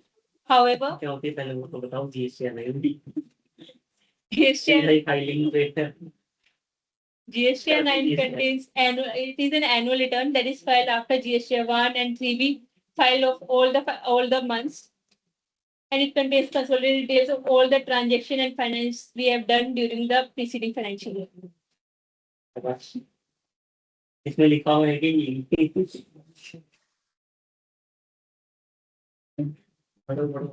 Who must file? Every registered person except input service distributors, TDS deductors, and TCS collectors, casual taxable person and non-resident taxable person, department audited by CAG or government appointed government auditors. Prerequisites: all GSTR 1 and GSTR 3B for the financial year must be filed prior to GSTR 9. File nil return if all the following condition applied: no outward supply, no inward supply, no tax liability, no ITC claim, no demand, no refund. GSTR 9 is non-revisable and non-reamendable once filed, so be careful before filing GSTR 9. Now this is a sample form of GSTR 9. Table 4 contains details of advances, inward and outward supplies made during the financial year on which tax is payable.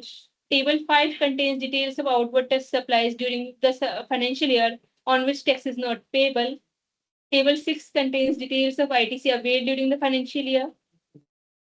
Table 7 contains details of ITC reversed and ineligible ITC for the financial year.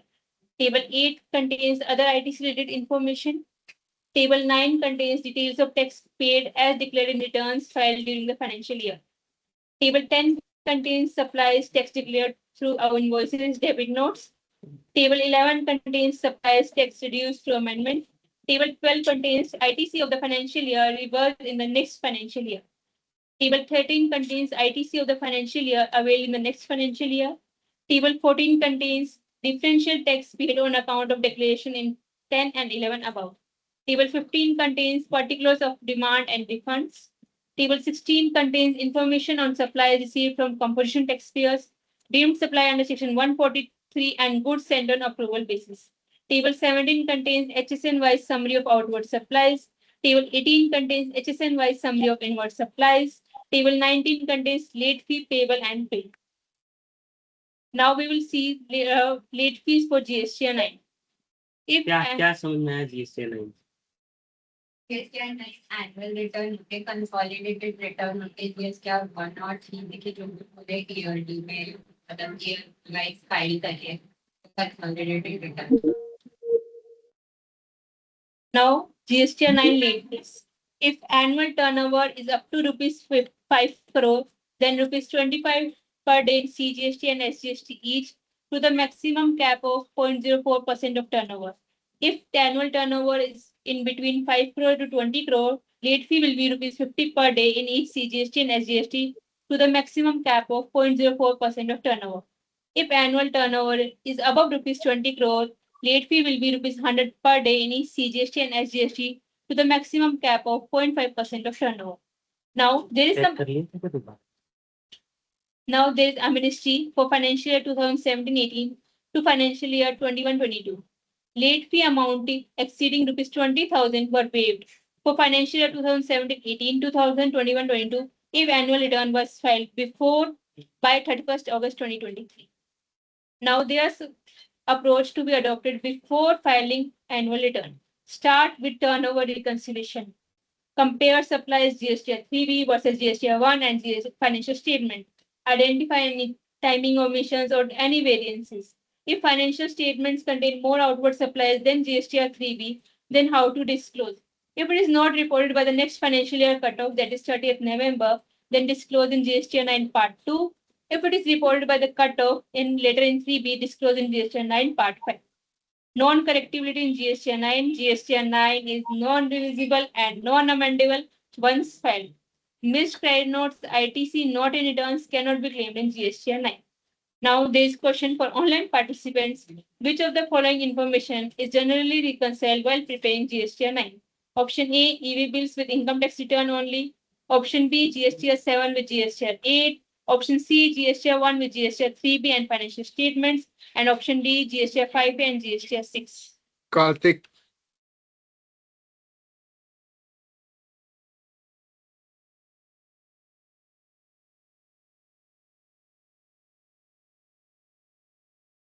Karkit.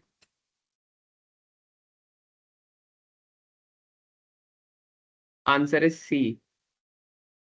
Yes, answer is correct. Thank you. ये सब कुछ बहुत अच्छा ये सब कुछ समझ में आता है इसे समझ पूछने की जरूरत नहीं सबको समझ में आ गया थैंक यू कि अब एक और बचा है सबसे छोटा है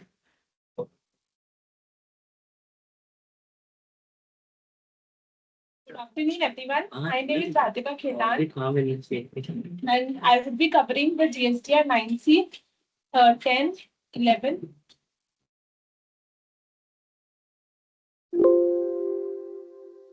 I would be covering GSTR 9C, GSTR 10, 11, electronic ledgers, ITC utilization, interest, and any mismatches. So the first topic is GSTR 9C, applicability and exemptions. So before moving ahead, I would tell you that GSTR 9C is basically a reconciliation statement where we reconcile the turnover, a tax, and an ITC with the books. So for the financial year 2017-18, the turnover limit was to be 2 crore and it has to be certified by CA or CMA. For a financial year 2018-19 and 19-20, if the turnover is more than 5 crore, then GSTR 9C is required to be filed. From the financial year 2020-21 onwards, if the turnover exceeds rupees 5 crore, then GSTR 9C is required to be filed. It has to be self-certified by the taxpayer. Following person exempt from the GSTR 9C, input service distributor, casual taxable person, TDS deducted under section 51, non-resident taxable person, TCS collected under section 52, e-commerce operator, government/state government or local authorities audited by CAG. The due date is 31st December of following financial year. It is filed after GSTR 9 and it has to be filed registration wise. It means that the limit would be checked PAN wise, but if you have 4 GSTIs, then 4 forms have to be filed. The person has to upload balance sheet, PNL and GSTR 9C. Here is the 5-part structure of the GSTR 9C. Part 1 contains the basic details like GSTI, financial year, legal name, trade name. Part 2 contains the turnover reconciliation, reconciliation between the audited financials and the GST turnover. Part 3 contains the tax paid reconciliation. It is a reconciliation between the GSTR 9 tax versus tax as per financial statements. Part 4 is the ITC reconciliation between GSTR 2B books and GSTR 9C 9. Part 5 contains the additional liability where if any discrepancy arises, then it has to be paid by DRC 03. 9C में क्या difference होता है? S1 में 9 क्या है और 9C क्या है? 9 का आंसर 9C तो reconciliation statement है। तो 9 एनुअल है तो 9C भी एनुअल ही है। ये कौन सा हर मंथ भरना होता है? ये भी एनुअली भरना होता है। तो 9 में क्या गया, 9C में क्या अलग है? क्या अलग है दोनों में?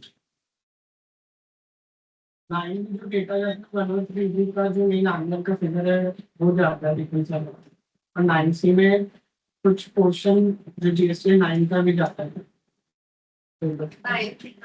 फाइनेंशियल स्टेटमेंट्स फाइल करता है उसका भी डेटा होता है वो जाता है तो वो रिकंसाइल होता है कि हमने पीरियड में कितना इनपुट किया और लाइन में कितना डाला सेल्स का वाला उसकी डिटेल्स को रिकंसाइल करना है। कुछ हद तक सही है। 9 में क्या होता है बेसिकली जो आपने मंथली रिटर्न्स भरी, एक तो उसका कंसोलिडेशन हो गया, उसमें कुछ और ओमिशन रहेगा जो आपको पता चला 9 भरते वक्त 1C भी आपने भरी, उसी में कोई गलती रह गई जो अब तक ठीक नहीं हो पाई। ITC क्लेम वाला तो कोई चीज हो नहीं सकता, मतलब बेसिकली बेनिफिट आप कुछ नहीं दे सकते, कुछ करेक्शन करना है। सपोज कि आपकी कोई लाइबिलिटी अनडिस्क्लोज है वो आप रिपोर्ट कर दो, या फिर कुछ गलती रहेगी आपने कुछ एक्सेस रिपोर्ट कर दिया वहां पे वो आप करेक्शन कर लो, प्लस आपका पूरे साल का रिकंसिलिएशन। भाई आपने मंथली रिकंसिलिएशन करके तो ITC क्लेम कर लिया, अब आपका पूरे साल का रिकंसिलिएशन और एक GSTR 9 के वक्त होता है GSTR 2B से। तो बेसिकली 9 हो गया 1-3B से, ऑल्दो बुक से भी बन सकता है, उसका फिर रिकंसिलिएशन जो 9 बन गई प्लस जो फाइनेंशियल स्टेटमेंट्स हैं आपके उन दोनों का रिकंसिलिएशन होते जाता है GSTR 9C में। और ये दोनों रिटर्न्स बेसिकली एक पर्टिकुलर फाइनेंशियल ईयर के लिए फाइनल रिटर्न होती है जहां पे भी एप्लीकेबल होता है। अगर उन दोनों में कोई गलती रह गई दैट इज फाइन, ना तो उसमें अमेंडमेंट पॉसिबल है ना उसके अंदर रिवीजन पॉसिबल है, ना तो 9 में और ना ही 9C में। इसलिए बड़ी इंपॉर्टेंट है। अब आप लोग अगर जैसे अभी दिसंबर आएगा, दिसंबर ड्यू डेट है, तो अभी 25-26 के लिए आप लोगों के लिए भी आएगी अभी 9 और 9 की। तो इम्पॉर्टेंट है जहां पे भी एप्लीकेबल है 9 और 9C फाइल करना, वो फाइनल है एक तरीके से उस पर्टिकुलर फाइनेंशियल ईयर का पूरा।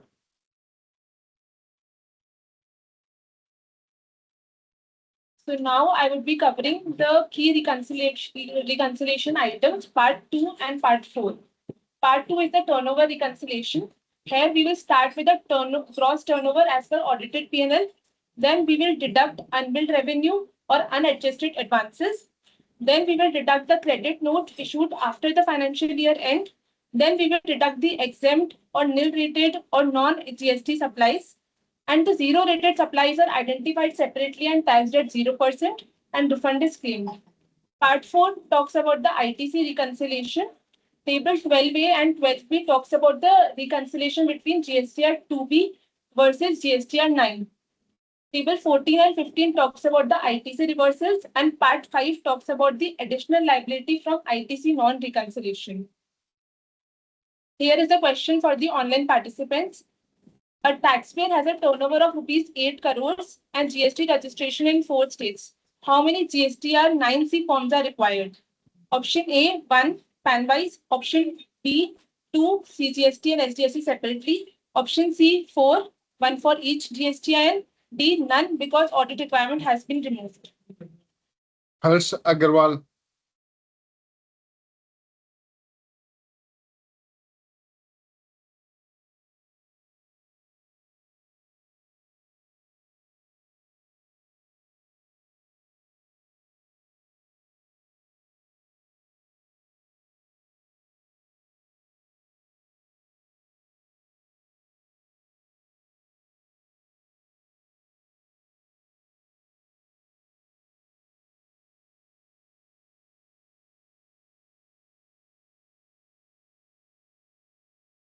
Harsh Agarwal.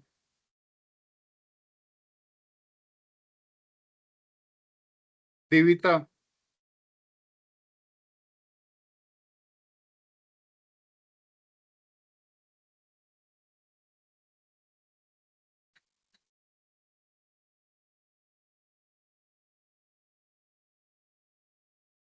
Devita, Dimple, Apurva.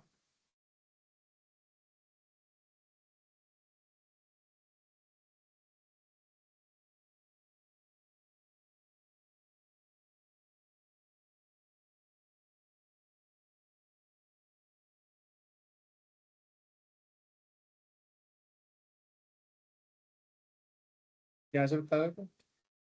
तू बता रहा बता बता Yes, it's the correct answer. Now GSTR 10 triggers deadlines and filing steps. It is triggered when there is a voluntary cancellation by the registered person or a suo motu cancellation by the proper officer, or there's a death of the sole proprietor, business discontinuance, transfer or demerger. What is the due date? It has to be filed within 3 months from the later of effective date of cancellation or date of cancellation order. What are these steps? First is apply for the cancellation on the portal. Proper officer issues the order within 30 days. Then access the GSTR 10, prepare it. Then fill table 8, which is stock or capital goods on cancellation date. Get it certified by a CA or CMA and compute its ITC reversal. Pay the ITC reversal by DRC 03. File it, ARN is generated and GST exit is complete. Now GSTR 11. UIN इसकी भी late fees होती है GSTR 10 की भी। ऐसा नहीं कि GST registration cancel हो गया नहीं भरेंगे तो क्या हो, इसकी भी लेट फीस होती है। आई थिंक वही 200 रुपये पर डे होती है, 100। इसलिए GSTR 10 भरना भी इम्पोर्टेंट है, चाहे भरो नहीं की बट भर दो within 90 days from date of cancellation of registration. और उसमें जो भी स्टॉक होता है आपका as on the date of cancellation वो रिपोर्ट करके उसकी जो भी रिलेटेड ITC वो आपको पे करनी होती है वापस से। तो ये आपने पहले बेनिफिट लिया हुआ है, अब आप आगे जैसे रजिस्ट्रेशन कैंसिल कर दोगे आउटपुट टैक्स आप पे करोगे, तो इसलिए जो बेनिफिट आपने लिया हुआ है उसको वापस से रीपे करोगे। Now GSTR 11, it is for UIN holders and refund window. Who gets a UIN? Specialized UN agencies like UNDP, WHO, UNESCO, multilateral financial institutions, consulates and embassies of foreign countries in India, any other person notified by the commissioner. These people cannot register as normal taxpayers and cannot claim ITC. Key compliance points. There is no prescribed due date for GSTR 11 itself. RFD 10 refund must be filed within 2 years from the last date of quarter in which supply was received. GSTR 11 is mandatory before RFD 10, both within 2-year window. It contains 2 tables, Table 3A and Table 3B. Table 3A contains the invoices received. Table 3B contains the credit or any debit notes. Only GSTN of normal taxpayers is accepted, no new UIN or compensation triggers. Practical tip, set quarterly calendar reminders per supply quarter to track the 2-year RFD 10 window for each UIN client. Now here is a question for the online participants. GSTR 10 final return must be filed within A, 30 days of cancellation, B, 60 days of cancellation, C, 3 months from later of cancellation date or order, D, 6 months from cancellation.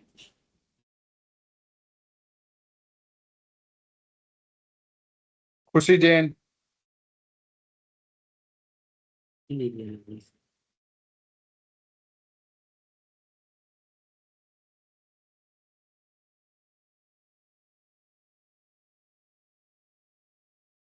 Chris.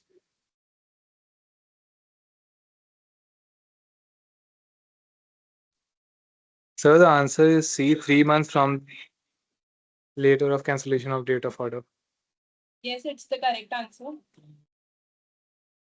Now I'll be covering the various types of electronic ledgers and their comparison. Electronic cash ledger is covered by the form PMT05.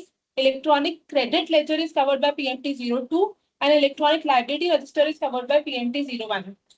What is the governing section? Section 49, Rule 87 for cash ledger. Section 49, Rule 86, 86A, 86B for credit ledger, and Rule 85 for the liability register. What is the nature? Electronic cash ledger basically represents the money which is deposited via challan. Electronic credit ledger represents the ITC earned or accumulated. Electronic liability register represents the outstanding tax or the dues payable. What is credited into these ledgers? So in the cash ledger, basically the challan which we have deposited, the TDS under section 51, TCS under section 52, rejected refund recredited. Electronic credit ledger represents the ITC from GSTR 3B, ISD distribution, ITC 01, 02 claims, rejected refund recredited. Electronic liability register represents the return which is filed by the taxpayer, the demand by the proper officer, or any voluntary payment or any mismatches. What all is debited? So in the cash ledger, all the liabilities like tax, interest, penalty, late fee is debited. In the credit ledger, only the output tax is deducted. You cannot pay the RCM tax or interest, any penalty from it. And in the liability register, it automatically gets debited when payment is made through the cash ledger or the credit ledger. Now RCM tax payment. RCM tax payment has to be mandatorily made through the cash ledger only. An unregistered person can use cash ledger through a temporary ID on the portal. Transfer between heads is allowed in case of cash ledger. You have to file PMT09 and you can transfer IGST, CGST, SGST across major heads and the minor heads. Also between GSTINs under the same PAN, provided no unpaid liability exists. In case of electronic credit ledger, ITC 02 is to be filed to transfer to another GSTIN only on business transfer, merger, demerger, no arbitrary transfer across major heads. Discrepancy action. PMT 07 is to be filed in case a bank account is debited but the CIN number is not generated. Then you have to represent with the bank. In case of electronic credit ledger, PMT 04 is to be filed to communicate with the jurisdictional officer. In case of electronic liability register, PMT 04 is to be filed. Electronic cash ledger, deposit modes, PMT 09 transfer and refund rules. So what are the deposit modes through which we can credit the cash ledger? So one of the mode is internet banking or NEFT or RTGS, for which there is no limit. In case of UPI or IMPS, it varies by the bank. Over the counter cases, there is a limit of rupees 10,000 per challan per tax period. However, there is an exception. This limit is not applicable for government departments, proper officer recoveries, enforcement, and ad hoc deposits. Now, PMT 09 transfer between heads. As earlier discussed, if the cash is deposited in the wrong major head, for example, IGST instead of CGST, then you don't need to deposit it again. You have to file the PMT 09 to transfer between the major heads. PMT 09 also allows transfer between the minor heads, provided it is under the same major head. A new point also transfer between GSTN under same PAN is allowed, provided no unpaid liability in source GSTN is there. Refund from cash ledger is available in one condition if all the return related liabilities for that tax period have been discharged. If refund claim is rejected, then amount is recredited to the cash ledger by the proper officer by PMT 03. इससे क्या credit ledger में भी ये transfer हो सकता है क्या हमें?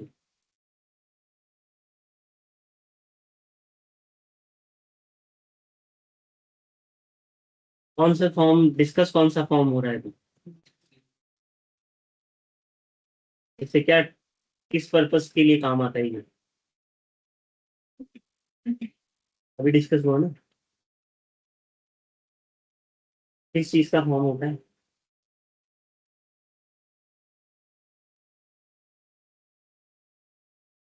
ट्रांसफर करना होता है, जैसे सपोज अपनी सीजीएसटी में अपने पास एक माइनर है, अपने पास क्लेम करना है, अपन को किसी और के लिए नहीं चाहिए, अपन पीएमटी से माइनस में ट्रांसफर। और क्रेडिट में हो बैलेंस तो आईटीसी। बोलो भाई, पीएमटी 09 क्या है? कैश लेजर का कोई भी बैलेंस है वो ट्रांसफर करने के लिए। अब इसमें एक आया कि आप सेम जीएसटीएन में भी इसको ट्रांसफर कर सकते हो। जब आपकी एक ही जीएसटी के ऊपर, एक ही पेन के ऊपर एक से ज्यादा जीएसटी है, आप उसमें भी ट्रांसफर कर सकते हो। क्या ऐसा आईटीसी में भी हो सकता है?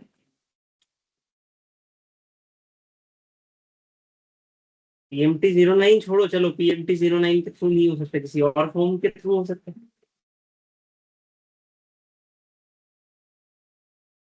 रीजन क्या, लॉजिक है उसके पीछे?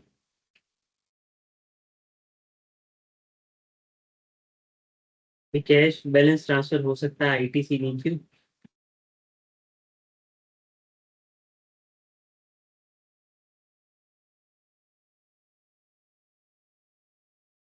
तो भाई रेसिपेंट अलग अलग है, आईटीसी जो चल रही है वो उसका टू भी अलग है, पूरा उसका परचेज इनवॉइस किसी एक एक्स पर्सन के नाम से कटा है, सप्लाई उसने ली है, रिसीव की है, पेमेंट उसने किया है, तो रेसिपेंट आईटीसी के केस में रेसिपेंट कैसे हो सकता है?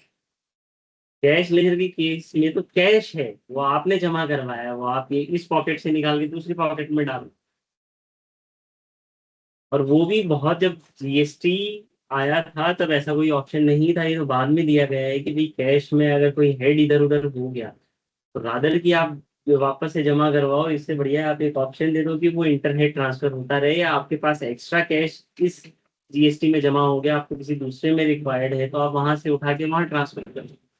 इसलिए पीएमटी 09 की व्यवस्था दी गई, बट ये सिर्फ कैश लेजर के लिए है, क्रेडिट लेजर के लिए नहीं। Now, electronic credit ledger, Rule 86A. Rule 86A is about the blocking of ITC and e-credit ledger. Who has the authority to do that? Commissioner or authorized officer at rank of assistant commissioner or higher. Grounds for blocking. If proper officer has a reason to believe that the credit has been fraudulently availed or is ineligible. These scenarios are as follows. ITC claimed on fraudulent or invalid invoices. There is an inactive supplier or there is no actual supplier, which means fake invoicing. Or there is supplier has not paid tax to the government despite charging it. Or recipient is non-existent or not operating from the registered office. A taxpayer lacks a valid tax invoice or debit note as required under Rule 36. What will be the effect of block? Blocked ITC cannot be used to discharge output tax or claimed as a refund of unutilized ITC. What will be the duration? It is temporary. It is not a permanent disallowance. It is a measure pending investigation. These restrictions can be lifted if officer is satisfied after investigation that grounds no longer exist, or automatic expiry after 1 year from the date of imposition. Reasons in writing is a mandatory requirement which ensures transparency, accountability, and must be documented. Now, Rule 86B. Mandatory 1% cash payment with effect from 1st January 2021. It is triggered when taxable turnover in a tax period exceeds rupees 50 lakhs. This turnover will not include exempt and zero rated supplies. Obligation, at least 1% of the total GST output liability for that period must be paid from the cash ledger, not ITC. Exclusions, Rule 86B does not apply if income tax of more than 1 lakh is paid in each of the last 2 financial years by the proprietor, Karta, MD, any 2 directors or full-time directors. GST refund of more than 1 lakh is received in the previous year due to zero-rated supplies or inverted duty structure. Or output tax paid through the electronic cash ledger exceeds 1% of the cumulative output tax liability in the current financial year. The registered person is a government department, PSU, local authority, or statutory body. Remedy: if non-compliant, pay 1% by DRC 03 plus interest or represent to the commissioner for waiver under provision. तो इसमें ये जो inverted duty structure लिखा हुआ है क्या होता है, क्या रिफंड होता है? सर मतलब रॉ मटेरियल आ रहा है उस पर higher rate of GST charge हो रहा है, बट अल्टीमेट अपना जो फिनिश गुड्स है उस पर कम रेट ऑफ जीएसटी चार्ज देगा। रॉ मटेरियल पर 18% चार्ज हो रहा है और जो अपन फिनिश गुड्स सेल कर रहे हैं उस पर 5% के चार्ज हो रहा है। उस केस में बेसिकली जहाँ पे आपकी आउटवर्ड सप्लाई लोअर टैक्सेबल है और आपका जो इनपुट्स है सिर्फ गुड्स, नॉट सर्विसेज और कैपिटल गुड्स, वो अगर हायर रेट के हैं तो जो गैप होगा आपका आउटवर्ड सप्लाई माइनस जो आपका रेट आपने इनपुट परचेज पे की थी उसका जो गैप होगा वो रिफंड आप क्लेम कर सकते हो इनपुट टैक्स क्रेडिट का, उसके लिए है ये। और ये जीरो रेटेड सप्लाई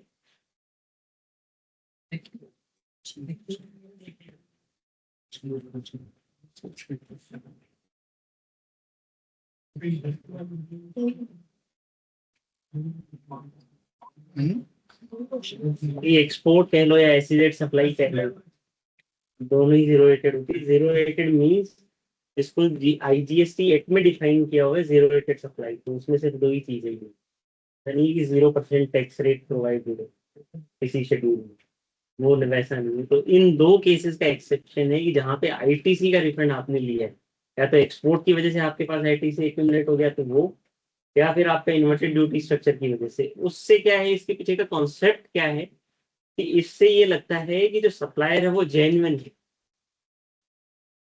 है ना भाई। जहाँ पे सेम आएगा सेम आप बेच दिया तो हो सकता है वो तो फेक हो, आपने एक सप्लाई ली, एक सप्लाई वापस कर दिया आपने, सिर्फ आपको बिल लेना है, बिल काटना है, बिल लेना है, बिल काटना है, कोई एक्स्ट्रा बर्डन आएगा नहीं। जेन्युइन जो होगा वो ज्यादा पे खरीद के हो सकता है कम पे बेचेगा आगे, तो वो इनपुट का बेनिफिट लेगा, उसका रिफंड भी लेगा, उससे कहीं ना कहीं उसकी जेन्युइनिटी कम हो। उसी के पीछे ये कॉन्सेप्ट है कि भाई, और ये जो कॉन्सेप्ट आया था 1% टैक्स का कि आपको कंपलसरी कैश में देना पड़ेगा, ये भी उसी के लिए आया था। जो फेक सप्लायर्स बहुत बढ़ गए थे उसको कहीं ना कहीं कार्व आउट करने के लिए गवर्नमेंट ये प्रोविजन लेके आई थी कि भी 1% का taxable compulsorily by electronic cash laser का प्रोविजन डाला जाए। नहीं तो अदरवाइज क्या होगा कि आप फेक हो, आपने 100 रुपए का बिल लिया, उसके ऊपर ITC है 100 का वापस आगे पास ऑन कर दिया, ITC ली, ITC पे खत्म। इसके पीछे ये रीजन था 86B के पीछे। So here is an example on Rule 86B. Mazars XYZ Private Limited supplies service taxable at 18%. Their total outward GST liability for the month was 9,45,000. This included an SEZ supply of 31,500. So accountant's view is that if sufficient ITC is available in credit ledger, then no cash payment should be required. So is the accountant's view correct? So here there's a table where we have computed a total turnover, total taxable turnover, which comes to be 50,75,000. And since it exceeds 50 lakh, Rule 86B we would apply, and minimum cash payment of 1% of 9,13,500, which comes to 9,135, has to be paid through electronic cash ledger. The accountant's position is incorrect. Balance alone is not, the ITC is not sufficient. Now, electronic liability register, how liabilities arise and are discharged. So when a person files the GSTR 3B, the e-liability register auto debits. If there's a demand by the proper officer, then also it is debited. In case of any mismatches, then also it is debited. How it is discharged? So output tax on taxable supplies is first paid through the e-credit ledger. then through the cash ledger. RCM tax, composition tax, interest on delayed payment, penalty, late fees is all paid through cash ledger. In case of ineligible ITC taken or non-payment of invoice value within 180 days, it is reversed from e-credit. Here is a question for the online participants. Which liability cannot be discharged through the electronic credit ledger? A. Output GST liability. B. IGST liability. C. Interest on delayed payment. D. CGST liability.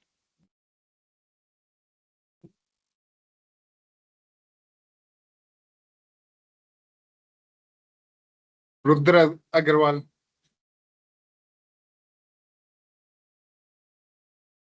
Option C. Yes, it's the correct answer. Now, here is a summary of all the PMT forms and the challan process. PMT 06 is about the main challan, which is deposited. It has a 15 days validity. PMT 07 is about the situation if the bank is debited but CIN is not generated, then it has to be intimated to the bank. PMT 09 is for transferring between the major minor heads or between GSTINs. PMT 04 is to communicate discrepancies in e-credit or e-liability register. ITC 02 is for transferring of ITC on business transfer, merger, demerger to new GSTIN. Challan process. First, you have to log into the portal, services, payments, and create a challan.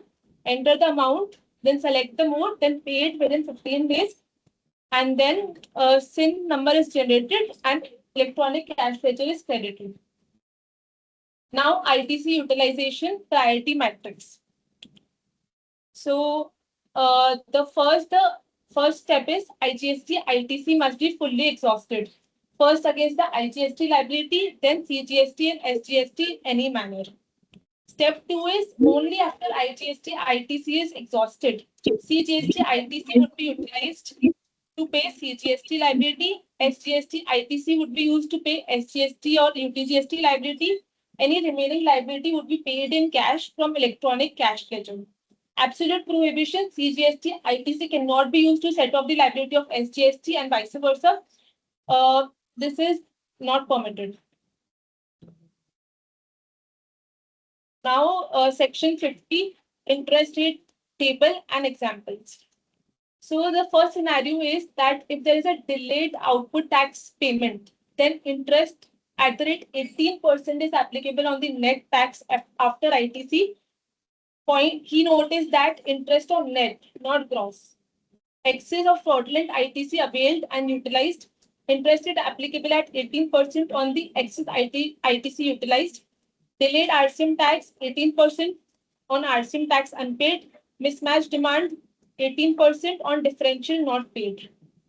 So example 8 talks about the output tax delay. So here the amount is rupees 5 lakh, rate is 18%, delay is of 45 days. So accordingly, interest of 11,096 will be computed. Example B is about the excess ITC.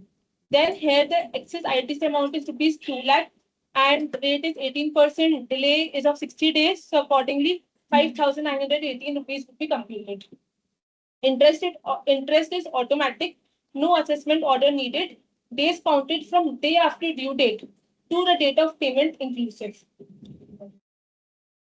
Rule 88C, GSTR 1 versus GSTR 3B mismatch. So it is triggered when tax declared in GSTR 1 exceeds tax declared in GSTR 3B for the same period. The system will auto-generate DRC 01C.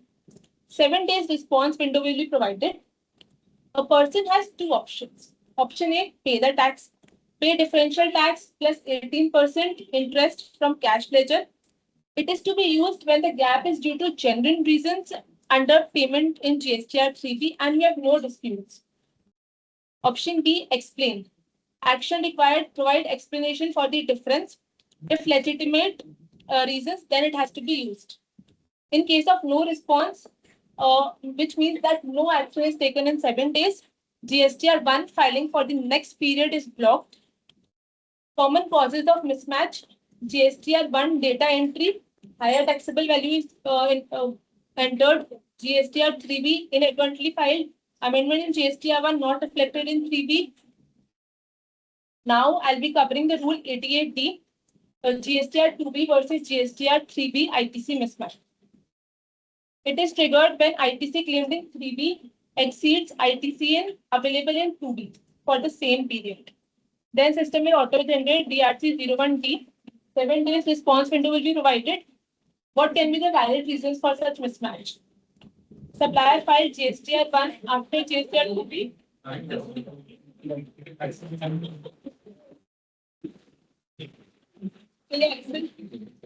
Supplier filed GSTR 1 after GSTR 2B cutoff.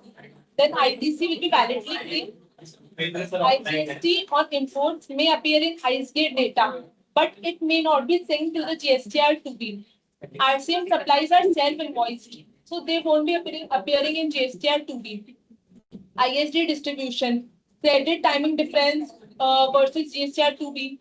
ITC 01 or 002 claims are credited to the e-credit ledger, not in GSTR 2B. So accordingly, there will be a mismatch between the 2B and 3B.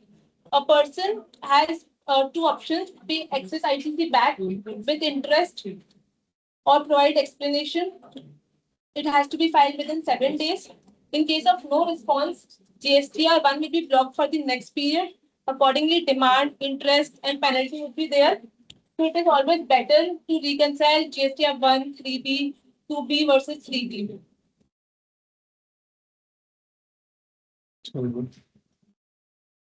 So here is a quick reference of all the GST returns, payment forms, which you can see.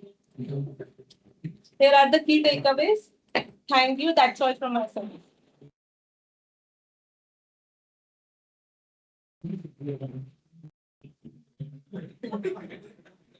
Are you?